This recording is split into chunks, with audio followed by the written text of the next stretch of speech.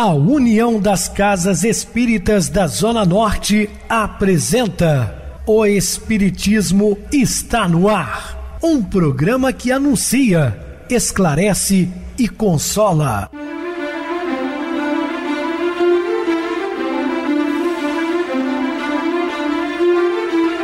Não se turve vosso coração. Credes em Deus, credes também em mim. Na casa de meu pai há muitas moradas. Se assim não fora, eu vou-los teria dito, pois vou preparar-vos lugar. O Espiritismo está no ar. Sintonize esta frequência. Pare, pense na vida, faça perguntas. Uma ótima noite para você, muito obrigado pelo carinho, pela sintonia. Rádio Clube FM, sua voz e a nossa voz. Estamos no ar de segunda a sexta, desde 2014 pela emissora, há mais de 10 anos. Também passamos a atuar pelo YouTube, o canal é Viver _ Melhor. Se inscreva, deixa seu like, sua opinião é sempre importante para nós. Ou acesse o YouTube, digite O Espiritismo está no ar. Lá encontrarão vários programas, inclusive o do dia. Recebo carinhosamente minha querida amiga, expositora espírita Isa Rita. Uma boa noite, seja muito bem-vindo. Boa noite, Pedrosa, boa noite a todos os ouvintes. Mais uma vez aqui estamos, né, para essa tarefa importante, que é estudar aí a doutrina espírita, que segundo, como eu disse ontem, o Emmanuel, a maior caridade que podemos fazer é divulgar a doutrina espírita. Então vamos fazer a nossa parte indo ao programa. Sim, Isa, vamos divulgar, né, os assuntos importantes aqui no ar, através do nosso programa, hoje falando sobre o credo do Islã. Qual é a crença deles, o que eles pensam, já que iniciamos ontem falando sobre o islamismo. Mas é muito extenso, nós não vamos alongar tanto, mas pelo menos mais um programa sobre o islamismo. Dúvidas? Entre em contato conosco, ligando para a Rádio Clube FM através do seu WhatsApp, que é 0 operadora 32 999 32 7758. Quer falar comigo? Utilize a TIM 988012675. O WhatsApp é 9844949, novamente 59. O e-mail, espiritismo está no ar, @hotmail.com. Interajam conosco, façam perguntas, tirem dúvidas, podem dar sugestões ao programa. Estamos sempre à disposição dos ouvintes. Vamos agora para aquele momento muito especial, que é o nosso momento de oração. Sintonize esta frequência. O Espiritismo está no ar. Momento de oração. Meu Deus, dá-me firmeza interior para que não me oponha aos outros. Às vezes, quando não fazem o que eu quero, fico revoltado e infeliz. Raciocinando claramente, porém, reconheço que se tenho liberdade para ser como sou, para aceitar o que os outros me dizem ou fazem, também eles possuem a mesma liberdade. Tenho que respeitá-los, assim como quero ser respeitada. Preciso silenciar diante da ofensa ou da opinião contrária, refletir e usar do meu potencial de bondade e de compreensão. Isso me aumentará o equilíbrio interior, fazendo minha vida melhor. Exige-me esforço, bem sei. Mas faze-me, Senhor, aceitar os outros como são, sem enxergar os efeitos, assim como tu, que me amas, apesar das minhas deficiências. Penso aceitá-los e te peço reforçar o meu espírito para levar adiante esta intenção, geradora de paz e alegria. Gratidão, Senhor. Estamos apresentando O Espiritismo está no ar. Bem, meus amados irmãos, estamos de volta com o assunto da noite, falando de uma grande religião no mundo, que é o islamismo. O credo do Islã, das carnes, por considerá-las impuras. Uma das críticas mais severas do islamismo contra o cristianismo é que, por este centralizar a palavra de Deus em Jesus, é o verbo que se fez carne e habitou entre nós, João 1,4. Esse grande problema, né, que a gente vive até hoje, nós tivemos aí no Concílio de Nicéia, quando Constantino cria um Deus trino, baseado na crença hindu, Shiva, Vishnu e Brahma, Osíris, Horus e Ísis, que é a crença egípcia, fazendo um Deus trino. Esse foi um grande problema que vem se arrastando ao longo dos séculos. Tanto é que em 1054 o patriarca Miguel Celulário rompe com o alto clero romano, considerando lá uma nova doutrina chamada de Igreja Católica Apostólica Ortodoxa, exatamente por discordar dessa ideia de Jesus ser Deus. Tanto lá que eles oram, né, a Ave Maria, Santa Maria, Mãe de Jesus, e não Mãe de Deus. Isso trouxe consequências graves para a igreja. Houve a divisão ao meio, né, da igreja romana. E eles não admitem isso, de maneira alguma, que nós espíritas também não. Jesus foi o ser mais perfeito que habitou entre nós, mas não é Deus.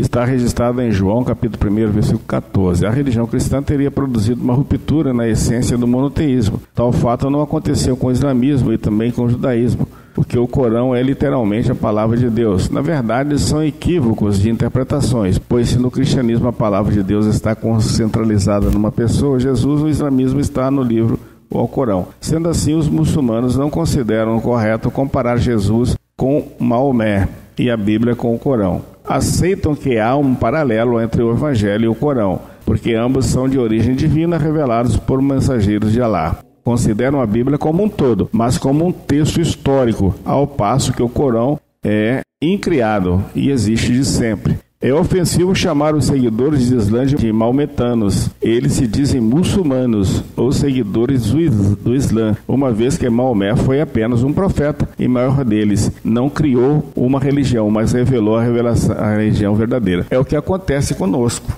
É claro que nós não vamos aqui brigar, como os muçulmanos, quando nos chamamos de kardecistas, mas eu não gosto. Vou ser sincero para todos os ouvintes, porque kardecismo não existe. Kardec não criou religião alguma como Maomé. Nós seguimos as orientações de Jesus, nós somos cristãos. Como a doutrina dos espíritos superiores, nós somos espíritas ou espiritistas. E não está escrito nas casas espíritas, nos centros espíritas, centro kardecista, casa kardecista. A casa que eu frequento chama-se Casa Espírita Maria de Nazaré, e não Casa Kardecista Maria de Nazaré. Então essa expressão kardecismo, ela é pejorativa. Ela é como se você estivesse tentando dizer que existe um outro espiritismo. Quando se fala kardecismo, você está querendo dizer que existem vários espiritismos e os kardecistas são um deles. Negativo. O espiritismo é único, codificado por Allan Kardec, mas a doutrina não é dele, é bem claro que é a doutrina dos espíritos superiores, por isso que ele a chama de espiritismo. Assim como Maomé. Então não existe maometanos, existem muçulmanos. Segue a crença do Islã. Em Meca, o primeiro rito é caminhar em torno da Caaba 7 vezes. Então, nessa ocasião, muitos peregrinos tentam beijar a Pedra Negra. Outro rito importante acontece entre meio-dia e o pôr do sol, quando os peregrinos se postam no Monte Arafá, sem permissão de proteger a cabeça do sol intenso, renovando assim o seu pacto com Deus. Segundo a tradição, foi no Monte Arafá que Adão e Eva se encontraram de novo, depois de expulsos do jardim do Éden. O ponto máximo dos rituais são os sacrifícios. Em geral, os peregrinos matam um animal, ou seja, carneiro, boi, bode ou camelo, com o propósito de lembrar como Abraão foi obediente a Deus, quando se dispôs a sacrificar seu próprio filho. Vamos ver então as relações pessoais. São normas relativas à convivência social, ética e política. Tradicionalmente, não há no Islã distinção entre religião e política, entre fé e moral. Todas as obrigações religiosas, morais e sociais estão estabelecidas na sagrada lei muçulmana, Sharia. Trata-se de um conjunto de leis que se fundamentam no Corão e também no Sunna ou na Hadith. No Corão, há instruções fixas e rígidas sobre o governo, a política, a sociedade, a economia, o casamento, a moral, o status da mulher, etc. Se o Corão não fornecer instruções precisas sobre assuntos específicos, os muçulmanos as pesquisam na Sunna, que é muito usado pelos sunitas, uma das divisões islâmicas. Sunna são relatos de ações, palavras e reflexões definidas por Maomé e pelos califas. A outra fonte legalista de consulta é o Hadith, coletâneas que tratam da vida e das pregações de Maomé. Então essas fontes, inclusive o Corão, se reportam a uma vida em sociedade que não mais existe, surgindo, pois, a necessidade de se fazer adaptações no presente. Então as adaptações seguem 2 princípios: o da similaridade ou analogia e a do consenso.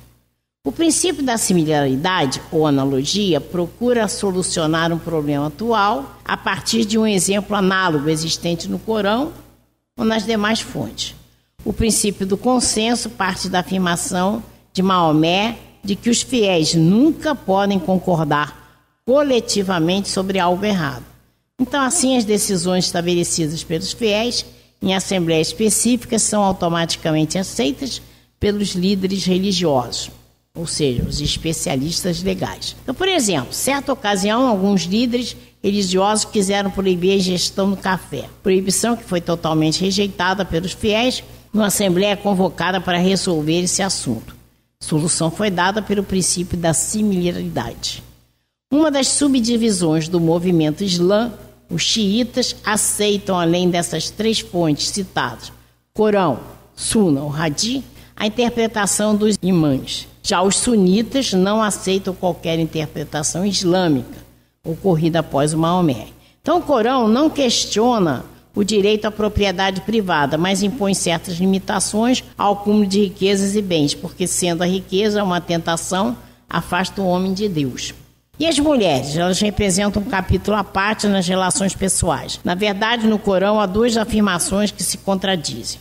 A da Sura 4:31 e da Sura 2:228, respectivamente, expressas assim: os homens têm autoridade sobre as mulheres porque Deus os fez superiores a elas. E as mulheres devem, por justiça, ter direitos semelhantes àqueles exercidos contra elas. Essa última citação dificilmente é utilizada. É notória a diferença de tratamento que é dado aos homens daquele que as mulheres recebem, sobretudo dentro do casamento. A poligamia é permitida na maioria dos estados muçulmanos, não existindo na Turquia e nem na Tunísia. O divórcio é possível, desde que iniciado pelo homem, mas em geral é dificultado, pois, segundo Maomé, é a atividade legal menos preferida por Deus. Devemos então lembrar que o índice de divórcio nos países árabes é o mais alto do mundo. E a circuncisão é obrigatória. A mutilação sexual das mulheres não encontra qualquer referência no Corão. No entanto, é praticada em alguns países muçulmanos, notadamente no norte da África. A tradição de usar o véu ou chador não encontra apoio no Corão. Foi uma tradição iniciada pelas mulheres pertencentes às famílias ricas. Entretanto, o Corão orienta os maridos no sentido de surrarem as mulheres, as esposas. Quanto àquelas de quem temes desobediência, deves admoestá-las, enviá-las a uma cama separada e bater nela. Sura 4. Os deveres religiosos. Então, são práticas resumidas em 5 pilares que se complementam e devem ser aceitas integralmente pelo muçulmano. Significa dizer que aquele que nega parcial ou totalmente o pilar não é considerado muçulmano.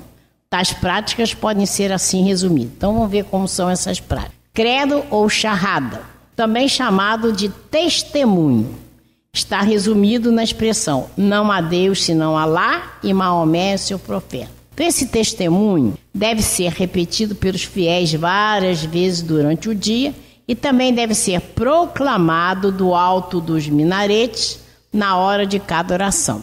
Esse ato de fé encontra-se registrado nas paredes das mesquitas. O charrada é porta de entrada para o Islã, considerado a chave do paraíso. E é o primeiro testemunho que deve ser sussurrado aos ouvidos do recém-nascido e o último que o moribundo ouve. A crença islâmica é clara, simples, indo ao encontro do filtra, que é o reconhecimento inato do ser humano. Não aceita acréscimos, nem se retire algo dela. Vamos ver outra prática. Oração ou salat.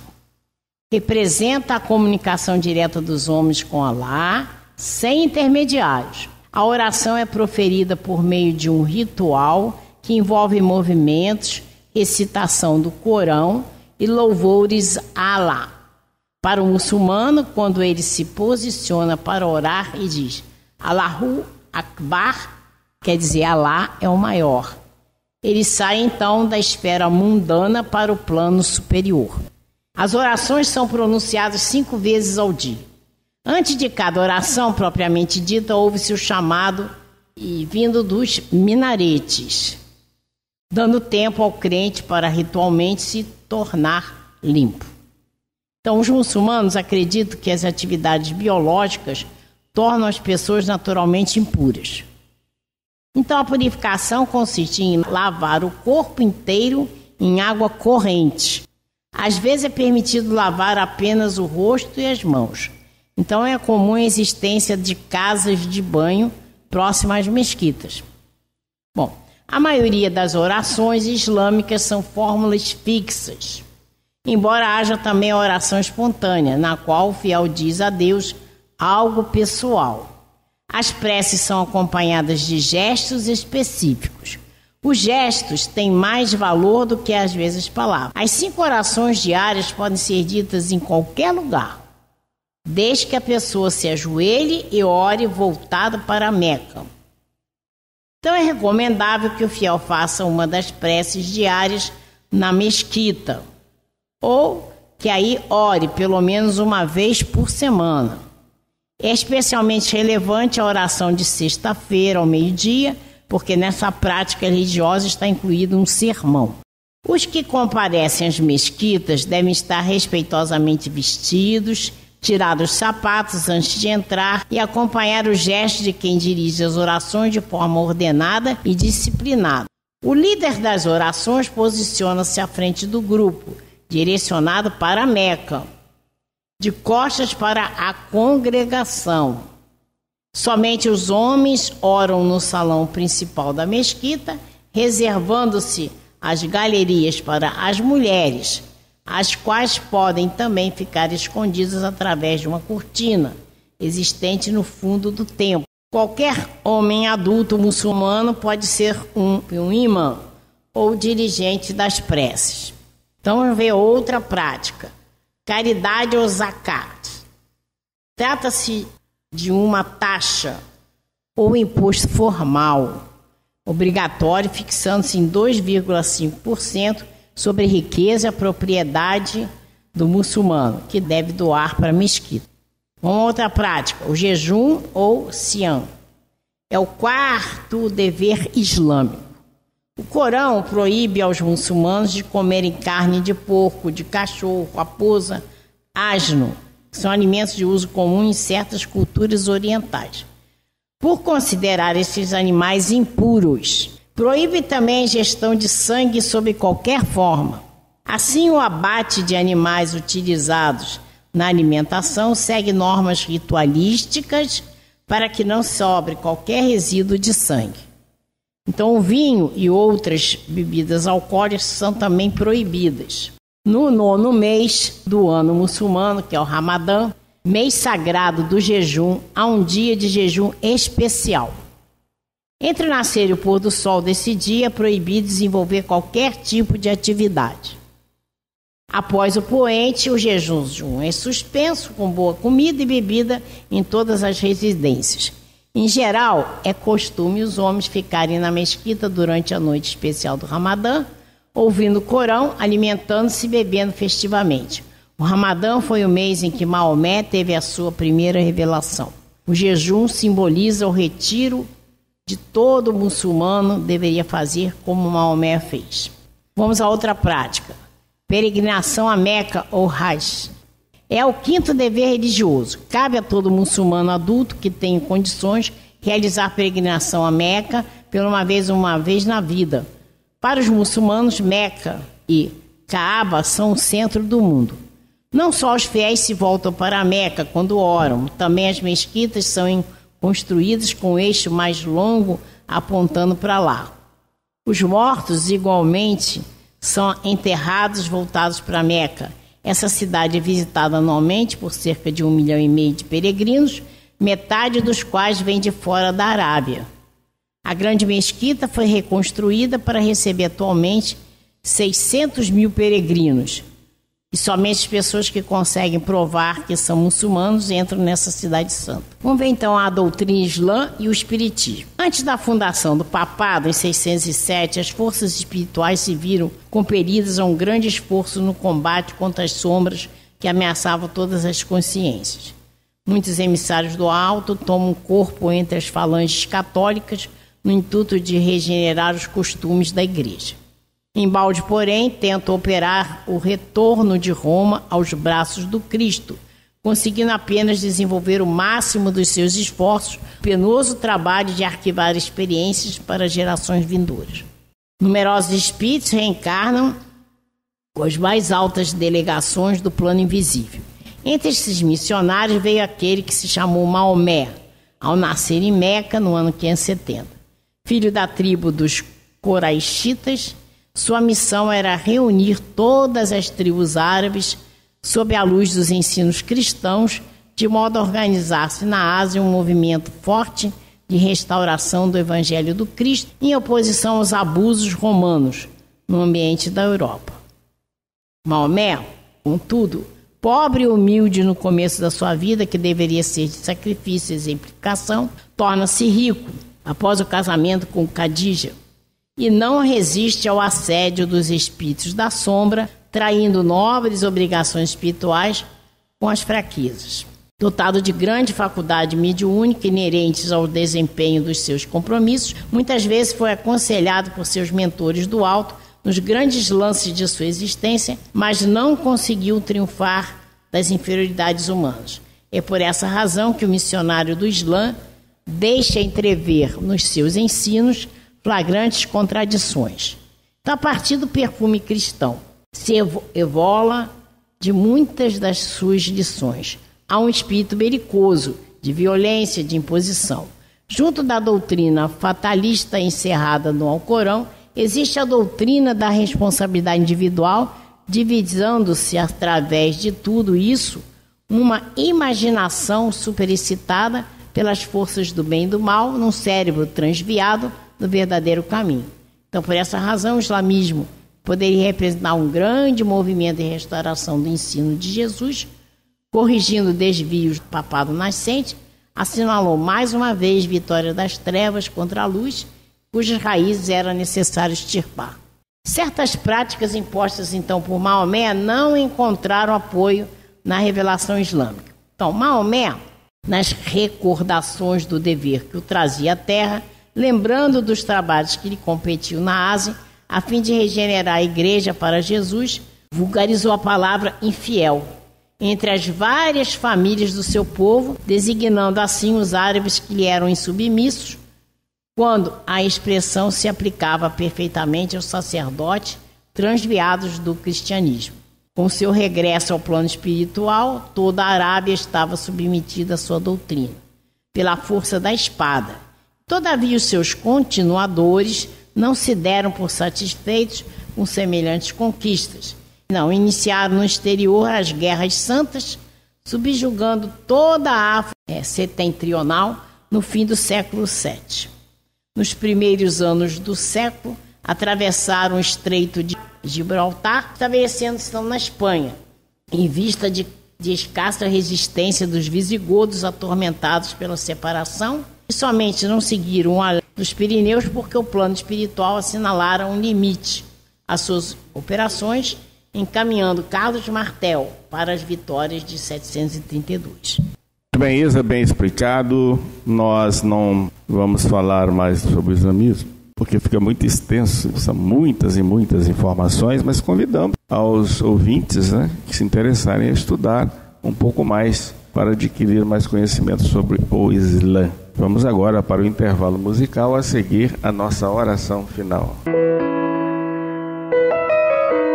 O entardecer dos anos.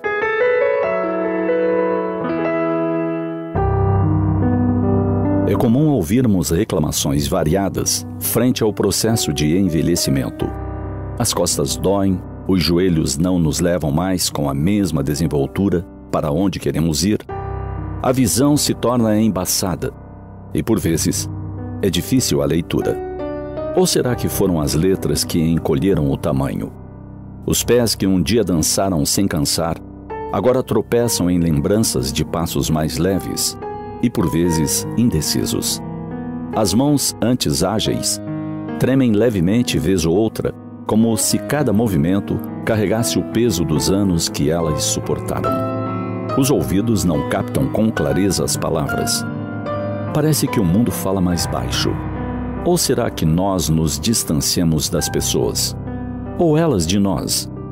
A memória, anteriormente fiel, por vezes nos trai, deixando nomes e rostos escaparem como nuvens que se vão inquietas. Desde a revolução médica proporcionada pelos anti-inflamatórios, em 1897 e dos antibióticos em 1928, uma vida longeva é cada vez mais comum. Séculos atrás, era raro que as pessoas chegassem aos 50 anos. No Brasil atual, a expectativa de vida passou para 77 anos. Segundo estimativas, até 2030, haverá 1 milhão de centenários no mundo. No entanto, mais do que viver longamente, o que importa é viver bem. Em verdade, envelhecer é o que acontece conosco quando tudo dá certo. Pensamos nisso? E embora as mudanças naturais do corpo que nos falam da fragilidade da matéria, o que devemos lembrar é que há uma riqueza de experiências acumuladas. Os cabelos brancos, as rugas que surgem no rosto, cada linha que se desenha em nossa pele, são testemunhas de histórias vividas, de momentos que nos transformaram. São lembranças de dias transcorridos, de oportunidades recebidas para redigir nossa própria biografia. Existe alternativa para nos furtarmos ao envelhecimento? Sim, basta morrer jovem.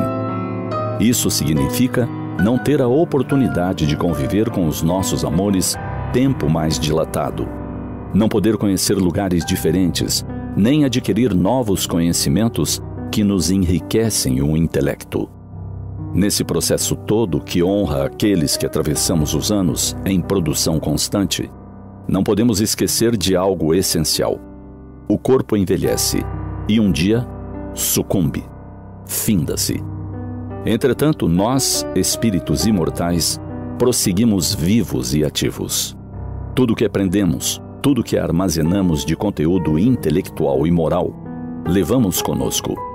Isso nos diz que nunca é tempo de parar de estudar, de aprender, de fazer algo de útil. Os desafios do envelhecimento, como as dores e as limitações físicas, podem ser vistos como oportunidades de desenvolver virtudes, como a paciência, a resiliência e a humildade. Naturalmente, como a soma dos anos nos aproxima do retorno à pátria espiritual, é um momento adequado para a reflexão, para resolver pendências, perdoar e pedir perdão, desapegar-se de mágoas e ressentimentos para o fortalecimento da fé e para se conectar com Deus. Acima de tudo, agradecer a divindade por essa oportunidade de aprendizado e amadurecimento. Afinal, cada ano vivido é um presente divino que nos faculta crescimento de variada ordem.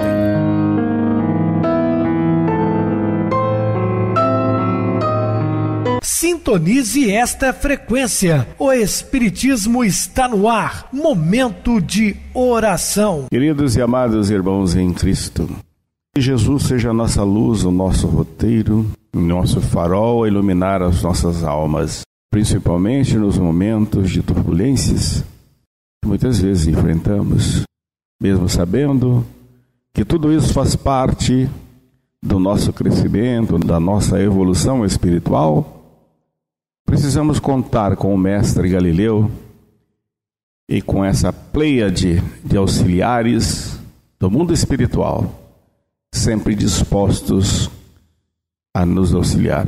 Tanto assim que ele mesmo disse-nos: vinde a mim, todos vós cansados, oprimidos, que eu vos aliviarei. Então, Senhor, pedimos a sua proteção, o seu amparo, para nós aqui no programa e todos os nossos queridos irmãos ouvintes. Muita paz. Minha querida irmã Isarrita, suas despedidas. Boa noite, Pedrosa. Boa noite a todos os ouvintes. Agradecidos estamos por estar aqui, nesse momento tão importante da divulgação da doutrina espírita. Agradecendo então a Deus nessa oportunidade, pedindo a Ele que abençoe todos nós, hoje e sempre. Boa noite para você, Isarrita. Muito obrigado pelo apoio aqui no programa. Boa noite também a todos os amados irmãos ouvintes do YouTube, internautas do Brasil, do exterior, nossos irmãos da Zona Norte e de Juiz de Fora que nos acompanham com a rádio local 87,9, Rádio Clube FM. Continuem ligados ouvindo a nossa próxima atração, o programa Batidão com o DJ Tico, a seguir na voz de Ailton Moreno, o Encontro Central. Boa noite a todos e até amanhã, se Deus quiser.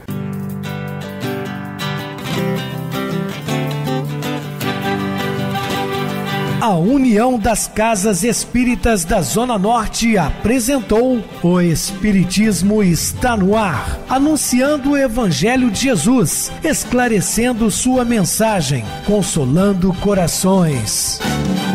Olhe pro céu e descubra imagens de luz. Se tem Jesus, o amor todo que Deus te deu. Pense no bem, no melhor em que pode fazer. Seja o que for, também vai receber. De coração, ajude-me, irmão, a caridade é o caminho do amor. Faça ainda que possa sofrer, pois bênçãos de Deus há de ter. Ame, perdoe e viva melhor a natureza, o céu e o mar. Veja o encanto que a vida nos dá, a chance eterna que temos para amar.